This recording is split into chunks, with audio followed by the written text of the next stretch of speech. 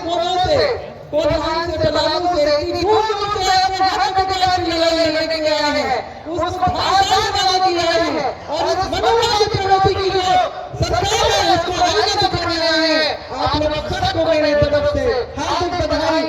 अपनी लड़ाई अपनी व्यवस्था पे आए हैं, किसी को ठोकने में लाया गया है, तो ये आज आदिवासी समाज जाग गया है, अपने हक अधिकार की लड़ाई में खड़े रहेगा और अपने पहचान अपने अधिकारों को भी लेके रहेगा। इस संकल्प से हम लोग वापस जाए और हम लोगों को जो 100 दिन का समय है हमारे पास में, हमारे एक एक आदिवासी भाई बहनों का ये कर्तव्य बनता है कि इसका 50% वैसे अपने आदिवासी भाई बहनों के बीच में भी रहे।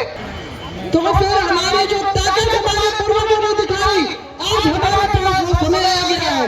उन्होंने सब कुछ हमारे लिए करके दिया, उन्होंने हमारे लिए सारी सामाजिक व्यवस्थाएं बना के दी जो हमारे जमीन से जुड़ी हुई है, उन्होंने हमारी अपनी परंपरा संस्कृति को वो मजबूती दी जो हमारी अपनी जमीन से जुड़ी हुई है। कि वोट लेकर गद्दी में बैठे हैं और हमारा जल जमीन को, हमारा पार्टी अनुसूची को, हमारा खरीद संवादा को सबको कब्जा करेंगे, पूंजीपतियों को देंगे, जिसको आपको समझना पड़ेगा साथियों। तीसरी बात मैं कहना चाहता हूँ, आदिवासी एकता को तोड़ने के लिए हम लोगों को कुल्हाड़ी पकड़ाया जाता है। उस कुल्हाड़ी का नाम कभी जागरण के रूप में आता है, कभी आरक्षण के रूप में आता है, कभी गिलेटिंग के रूप में आता है। आपको मैं बताना चाहता हूँ, जो लोग हमारे कहते हैं आरक्षण का लाभ ये ले रहा है, वो ले रहा है, वो ऐसी शक्ति है जो आरक्षण को देश से खत्म करना चाहता है और दूसरी तरफ आरक्षण के नाम पे हम लोगों को आपस में लड़ना चाहता है। सचेत हो जाइए। भारत आदिवासी राष्ट्र है और ये लोग चाहते हैं जिस दिन आदिवासी शब्द को खत्म कर देगा उस दिन आदिवासी का दावा खत्म हो जाएगा। इसलिए हमारे पर आदिवासी सब खेपता है। हेमंत सोरेन को किस धारा के तहत जेल में रखा गया है।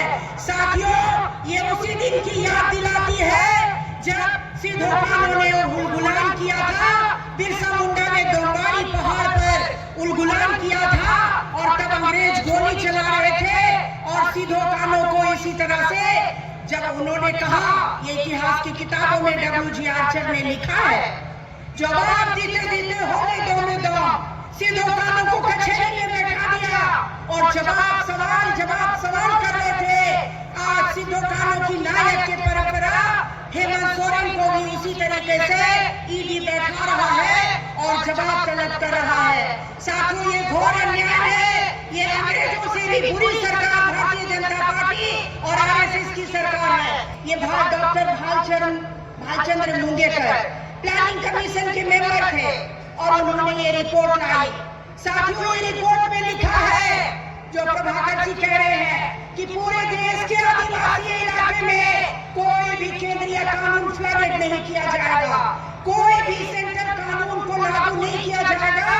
जो 5वीं अनुसूची के इलाके हैं, जो 6वीं अनुसूची के इलाके हैं, वहां पर CNT एक्ट, SPT एक्ट, पेशा कानून, जब फॉरेस्ट राइट्स एक्ट जो बना है, the schedule tribe and other traditional forest developers recognition of forest rights act. साथियों, इन कानूनों को लागू करना है और भालचंद्र मुंगेकर की रिपोर्ट हम लागू करना चाहते हैं देश में, जिन्होंने आदिवासियों पे हो रहे तमाम उत्पीड़न को रोकने की बात की है। उन्होंने कहा है कि आदिवासी आज नक्सली बन रहा है तो इसलिए कि उसकी जमीन लूटी जा रही है, उसका जंगल लूटा जा रहा है। आप देखे आज तक आप लोग सब लोग देखे आज तक वहां पर एक टैंकर है सुनील चौधरी जी ने कहा पता आपको, उन्होंने कहा ये जो मुख्यमंत्री हेमंत सोरेन जी हैं बड़े लॉ अक्षर में चलते हैं, बड़ा बड़ा कार में चलते हैं, प्लेन में चलते हैं, चार्टर प्लेन में चलते हैं। आदिवासियों तक सभी बात करता है। मार्च 2023 का पिछले साल मनाधिकार कानून लाया गया और इंतजार के लिए आने वाले समय में ये तिथिकरण लाया जा रहा है। यही फैसले मतलब सब नागरिक समान जो हजारों सालों से इस देश के अंदर आ रहे हैं, उनका भारत का संसद, भारत का संविधान दिया। 2024 चुनाव में अगर थे अपन ये ऐसे अनेक हरकतें इनकी 2024 के चुनाव में सारे आदिवासी सारे गरीब हो जाएंगे तो ये बीजेपी का केंद्र शासन और ये मोदी इस देश से हट जाएगा और अच्छी सरकार आएगी ऐसा मुझे लगता है। तो मैं ये बात बताना चाहता हूँ कि आज क्या हुआ है कि बहुत ही भाग्यवान ऐसा है कि राहुल जी का दौरा भी रखना है। भारत जोड़ो न्याय यात्रा और लाखों लोग जुड़ रहे। हमारा कांग्रेस का शासन वहां नहीं है, फिर भी लाखों लोग जुड़ रहे। क्यों कि राहुल जी किसकी बात कर रहे हैं? इस देश को तोड़ो मत, लालू भैया झगड़े मत को लगाओ, सबको एक रखो। ये बीजेपी झगड़े लगा रही है, देश को जहां धर्म के नाम पर तोड़ रही है, वो तोड़ना नहीं चाहिए करके पिछले बार उन्होंने 4000 किलोमीटर की पदयात्रा निकाली। देखो हम आदिवासी को वनवासी कोई नहीं बोलता, कोई बात नहीं बोलती। और ये अब ये बीजेपी वाले आगे से तो क्या बोलते हैं? आदिवासी इनके संस्था को नाम क्या है? आदिवासी वनवासी स्कूल, वनवासी आश्रम स्कूल, वनवासी कल्याण स्कूल। मेरे को हम सारे देश के सारे जैसे आदिवासी का संगठन है, सारे संगठन ने बोला कि हमको वनवासी मत करो, हम आदिवासी है, मूल निवासी है, हमको वो लेकिन ये करते नहीं है।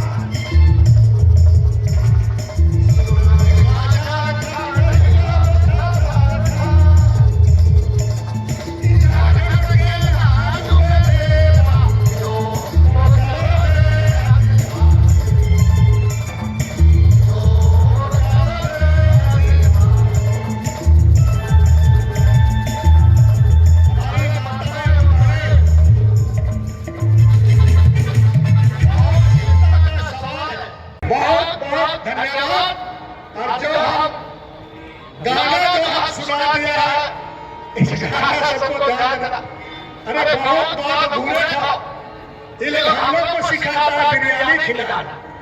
अरे हम लोग तो बिरयानी हम लोग तारीफ तो हमारा दादा बाप लोग खाया तारीफ खाया कि नहीं खाया तारीफ। आजकल होटल में जाओगे तो काम उनके दफाए के अरे हम इनके मामा मोदी के दफाए काम के देवता रघुती में क्या सिखा। इसलिए